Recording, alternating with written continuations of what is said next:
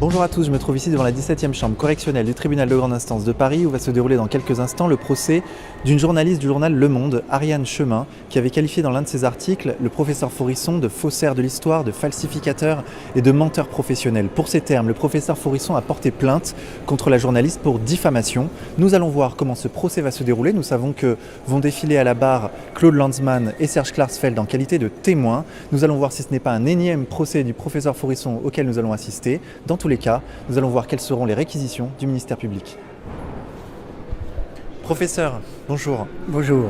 Alors quelques mots sur cette audience. Cette fois-ci, c'est vous qui attaquez. Oui, je porte plainte contre le journal Le Monde, la journaliste du Monde qui s'appelle Ariane Chemin. J'estime que ces gens m'ont diffamé en osant dire notamment que j'étais un faussaire de l'histoire, un menteur professionnel et un falsificateur. Voilà. Chose qui n'a jamais été, comment dirais-je... Aucun tribunal, aucune cour n'a jamais décrété que j'étais un faussaire, un falsificateur, un menteur. On m'a reproché de ne pas tenir compte de la loi Guessot, par exemple, qui interdit la contestation des crimes contre l'humanité tels que définis par les vainqueurs contre les vaincus, où on m'a reproché ou diffamation raciale ou ce que vous voudrez, mais loin de me trouver en une quarantaine d'années la moindre tricherie, le moindre mensonge, eh bien, il est arrivé que, par exemple, en 1983, on rende hommage à la qualité de mon travail. C'est même ce qui a affolé la partie adverse et qui l'a conduit à penser qu'il nous faut vraiment une loi spéciale contre cet individu. Pourquoi on a la présence aujourd'hui de Klarsfeld ? Alors, lorsque vous diffamez quelqu'un, ça porte atteinte à son honneur, mais vous pouvez estimer que ce que vous dites correspond à la réalité. Et ça, c'est à vous de le prouver. Et pour administrer cette preuve, le prévenu, Ariane Chemin, a fait citer Claude Lanzmann, Serge Klarsfeld, Laurent Joly, Valérie Gounet et Vievorka. Voilà. Donc on attend qu'elle nous apporte une preuve de faux, de falsification, de mensonge, ne serait-ce qu'un mensonge. Je voudrais vous rapporter en substance ce qu'a décidé la première chambre de la Cour d'appel de Paris, section A, le 26 avril 1983. La valeur des conclusions défendues par M. Faurisson, sous-entendu sur la question des chambres à gaz, relève donc de la seule appréciation des experts, des historiens et du public. C'est extraordinaire. Un Faurisson en pleine forme, malgré son grand âge, déjà. Très précis sur les faits, très précis sur tout ce qui a été établi par rapport à ce qu'il défend, à la thèse sur les chambres à gaz, au révisionnisme, et pas au négationnisme, un terme que j'aime pas du tout, un terme qui sous-entend, il nie l'évidence, alors que c'est du révisionnisme, on révise l'histoire, et tout bon historien doit être révisionniste à la base. Et ce qui m'a frappé surtout, parce que j'avais jamais assisté à un procès, c'est l'incompétence du clan d'en face en fait. C'est le bégaiement, il se trompe sur les dates, il donne aucune précision, il traite Faurisson de menteur et d'imprécision alors qu'eux sont super imprécis, ils sont impartiels. C'est fou de voir à quel point ils sont incompétents et malhonnêtes à l'égard de Faurisson. On a assisté à des séances de malhonnêteté, de mensonges, de diffamation, comme ça n'existe pas. En fait, la question que moi je me pose sérieusement, c'est de savoir qui est le plus négationniste entre les deux camps. Parce qu'on dit que M. Faurisson est négationniste par rapport aux chambres à gaz. Mais M. Faurisson a eu des débats très sérieux avec deux témoins qui étaient des historiens, enfin, qui se disaient soi-disant historiennes, et qu'il a posé des questions très concrètes et qu'à chaque fois, ils ont toujours botté en touche. Donc la négation, c'est quoi le vrai terme de la négation? C'est toujours nier, entre guillemets, la réponse ou une certaine réalité. Donc sérieusement, par rapport à cet ensemble de malhonnêteté que j'ai vu, qui est le plus négationniste entre les deux camps en fait? C'est ça que je me demande. Et donc de par ce fait, voilà, c'est pas M. Forisson qui porte plainte, c'est on porte plainte contre M. Forisson en cause. Et c'est ça, et notamment avec le parti pris des juges qui est juste honteux, quoi. Franchement, c'est honteux qu'en France, on peut considérer l'administration judiciaire comme ça, quoi. C'est juste incroyable. C'est une parodie de justice. Et le pire dans ça, c'est de voir les 3 juges, quand Robert Forisson il parle, ils se mettent en retrait comme ça, ils attendent que ça passe, ils en ont rien à foutre, quoi. Et après, quand il y a les autres qui sont venus parler, ils étaient tous les 3 les coudes comme ça, en situation ils étaient subjugués, quoi. C'était comme s'ils recevaient la parole, quoi. En même temps, ils notaient, alors qu'ils n'avaient rien noté pendant tout ce que Robert parlait, tout, ils notaient pas. Je me dis, bon, même la greffière, j'ai regardé, elle notait pas. Et eux, après, quand l'autre s'est mis à parler, elle notait. Et j'ai bien réfléchi, je pense qu'ils notent tout, parce qu'après, il va falloir qu'ils fassent un compte-rendu, il va falloir qu'ils écrivent quelque chose. Et ce qu'ils ont noté, c'est les arguments, mais ils n'ont pas fait un équilibre. J'imagine que c'est comme ça que ça doit fonctionner normalement. Moi, je ne suis pas habitué des tribunaux, hein, mais je me dis c'est ça normalement le débat. C'est que tout le monde doit pouvoir s'exprimer et à la fin, ils doivent trancher. Là, c'est déjà tranché d'avance. Hein. Il n'y a pas besoin d'attendre la réponse. Hein. On sent une haine profonde envers une personne. Il a quel âge? Il a 89 ans, le professeur Forisson. C'est ce que je disais il y a 5 minutes. Je mets au défi n'importe qui, à 89 ans, d'avoir l'aplomb, le courage, le phrasé et l'intelligence de M. Forisson. Quand je vois des personnes qui ont 2 fois moins son âge, pour la plupart des gens qui étaient dans la salle, c'est juste honteux et catastrophique. Le niveau intellectuel en France est en train de couler à un point monstrueux. Il y avait une témoin, a priori c'est la première femme qui a parlé. Bon déjà, Robert Forisson, il a déroulé vraiment précis, quoi, très précis. Elle a été dans le vague total. Elle a écrit une biographie sur Forisson. Elle a écrit une biographie sur Forisson. Alors moi je me suis dit que si elle disait qu'elle était historienne, moi à ce moment-là je suis historien, on est tous historiens. Parce qu'elle ne sait pas parler. Elle dit c'était pas construit son dialogue, quoi. Et comment on peut opposer? Elle essayait à la fin c'était très intéressant parce qu'elle a accusé de plein de choses et l'avocat de Robert Forisson il a dit mais est-ce que vous pouvez me donner des exemples? Elle n'a pas cité un seul exemple, elle n'a pas pu répondre à un seul exemple. Elle avait accusé d'utiliser plein de documents qui, soi-disant, elle ne disait pas qu'il falsifiait, mais elle disait qu'il tronquait les documents qu'il utilisait. Et après on lui a dit, mais donnez-nous des exemples, citez un document qui aurait été tronqué. Elle n'a pas pu répondre. Et après, quand Robert a voulu parler, l'avocate son avocate, elle a dit non, elle a un train à prendre, faut qu'elle s'en aille et tout. Et la juge a appuyé en disant non, faut qu'elle y aille, allez-y. Des gens extrêmement puissants, extrêmement riches, vont passer au crible tous ses écrits et même toute son existence. Et vont essayer de prouver qu'il s'agit d'un personnage particulièrement répugnant, particulièrement menteur, tricheur et tout ce que vous voudrez. Ils vont tout passer au crible. Et ils ne trouvent rien qui puisse convaincre la Cour d'appel de Paris. C'est un exemple. Très bien. C'est un satisfecit auquel je ne m'attendais pas.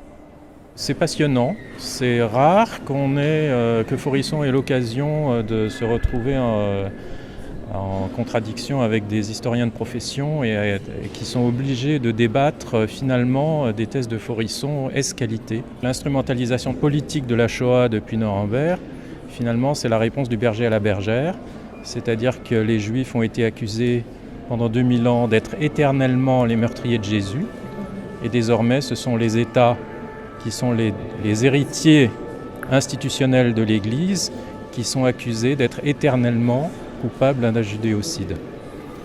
Et ça nous enseigne une chose, c'est que la légitimité du pouvoir se fonde sur le statut des morts. Et c'est vrai dans les cultes des morts chinois, dans les cultes des morts des sociétés traditionnelles, et c'est aussi vrai chez nous, qui nous prétendons libérés de toute ascendance, descendant du bon sauvage de Rousseau, qui est présenté sans parentèle, sans ascendance, sans descendance, ou de l'observateur de Laplace, en dehors de l'espace et du temps, finalement, c'est malgré tout le statut des morts qui légitime le pouvoir. Alors maître. Oui, alors une chose importante, notable, c'est que la prévenue a produit des témoins. de manière à attester qu'effectivement Robert Faurisson est bien un menteur, un falsificateur et un faussaire. Parmi ces témoins, deux ne sont pas venus. Claude Lanzmann et Serge Klarsfeld ne sont pas venus.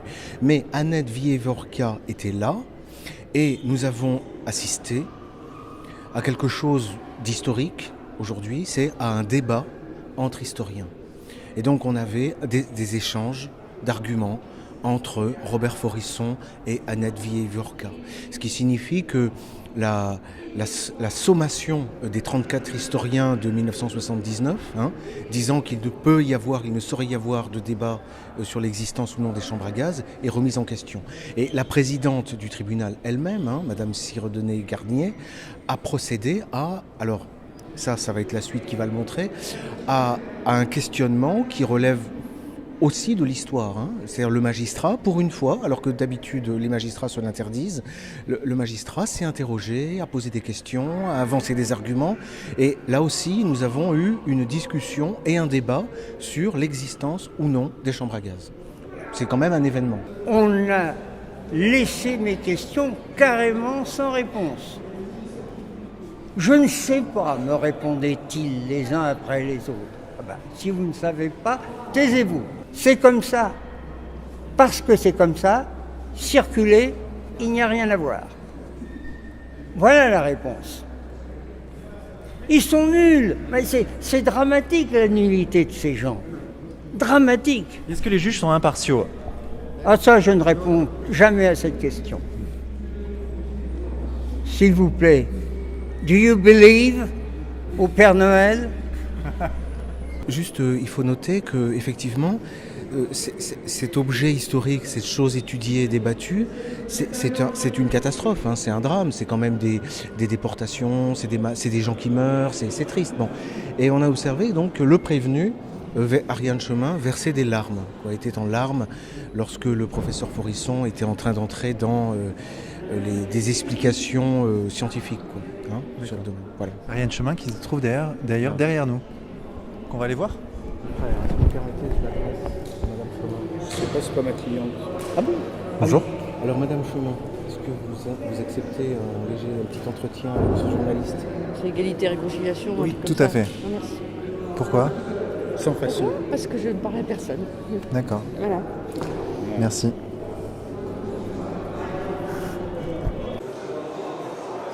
L'audience vient de se terminer, donc le professeur Faurisson va sortir, on va essayer de lui parler, ça fait 8 heures. 8 heures d'audience, il est 21h30, l'audience a commencé à 13h30.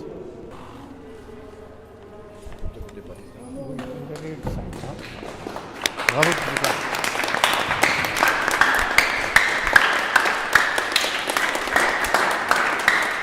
Professeur, une déclaration. Cher ami, je me suis demandé si par moment les avocats de la partie adverse n'étaient pas mes avocats.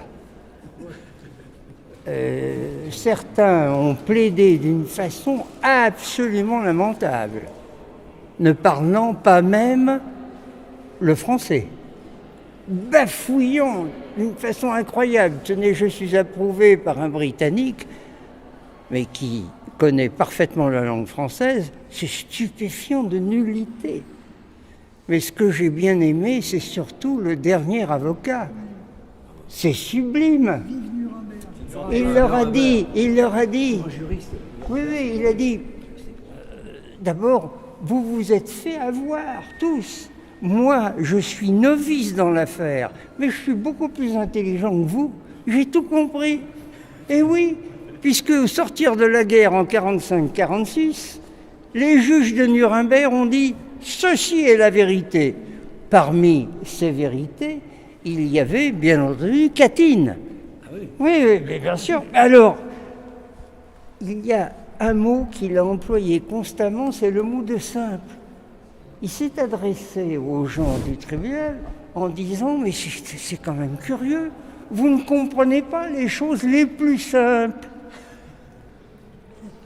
Heureusement, vous m'avez. » Et oui, j'arrive et puis je vous dis « Nuremberg dixit ». C'est même la volonté des prévenus, de l'avocat des prévenus, d'en faire une audience historique, puisqu'on a demandé au tribunal de se prononcer sur la vérité historique, une bonne fois pour toutes, enfin, ou alors une fois parmi d'autres, pour cette fois en tout cas, de dire quelle est la vérité, et ensuite d'estimer... En établissant que Robert Forisson était un faussaire. Ça c'est le second temps. Et c'est pas tout, parce que ensuite il s'agit de dire que contester cette vérité serait de la falsification. La vérité en cause étant à la fois, alors, un temps l'existence des chambres à gaz, un autre temps l'existence du génocide. Le génocide étant une catégorie juridique, et comme toutes les notions juridiques, ça reste une notion à interpréter. Donc on peut toujours discuter, puisque comme ça a été rappelé par le professeur Forisson, il n'a jamais contesté évidemment tous les drames de la Seconde Guerre mondiale, les déportations, les camps, le typhus, les morts, etc. etc., etc. Voilà. Très bien. Et quelles pourraient être les suites de cette audience ? Alors, on a plusieurs suites possibles. On peut avoir une condamnation du journaliste du Monde pour diffamation, donc pour avoir porté atteinte à l'honneur et à la considération de Robert Forisson, première solution. Deuxième solution, on peut avoir une relaxe au bénéfice de la bonne foi, c'est-à-dire qu'elle aurait diffamé le professeur, mais elle n'était pas de mauvaise foi. C'est ce qui est arrivé jusqu'à présent dans toutes les décisions, dans tous les procès qu'il y a eu, c'était ce cas de figure. Et puis ce que la prévenue a demandé au magistrat, c'est d'établir, alors là, une décision historique, en recevant l'exceptio veritatis, c'est-à-dire la vérité, c'est-à-dire le fait que le professeur Forisson serait réellement, d'après des faits concrets, un falsificateur, et à ce titre, de relaxer les journalistes parce qu'il n'y a pas de diffamation. La journaliste du Monde a déclaré à plusieurs reprises, et suite à vos questions, qu'elle venait de l'école de la République et que c'était là qu'elle avait appris l'histoire, notamment de la Shoah, et que c'était pour cette raison-là qu'elle avait écrit cet article sur Robert Forisson. C'était très significatif. Et que dans son enquête, pour aller plus loin, elle ne s'est absolument pas intéressée aux travaux historiques et quoi que ce soit, et même à l'histoire de la Seconde Guerre mondiale. Et dès lors que le professeur Robert Forisson a voulu l'entraîner sur ce terrain, ça l'a horrifiée. Elle a eu un haut-le-cœur. Elle a eu un haut-le-cœur et elle a fui. Et encore aujourd'hui, elle a dit qu'elle avait à nouveau eu ce haut-le-cœur. Je peux témoigner, je l'ai vu verser des larmes. Voilà. Donc, on a appris dans les écoles, à l'école primaire, au collège, au lycée, des choses que les gens tiennent pour vraiment acquis. Voilà. Et effectivement, ça leur fait dire, mais Robert Forisson est un falsificateur. Maître, merci beaucoup. Je vous en prie.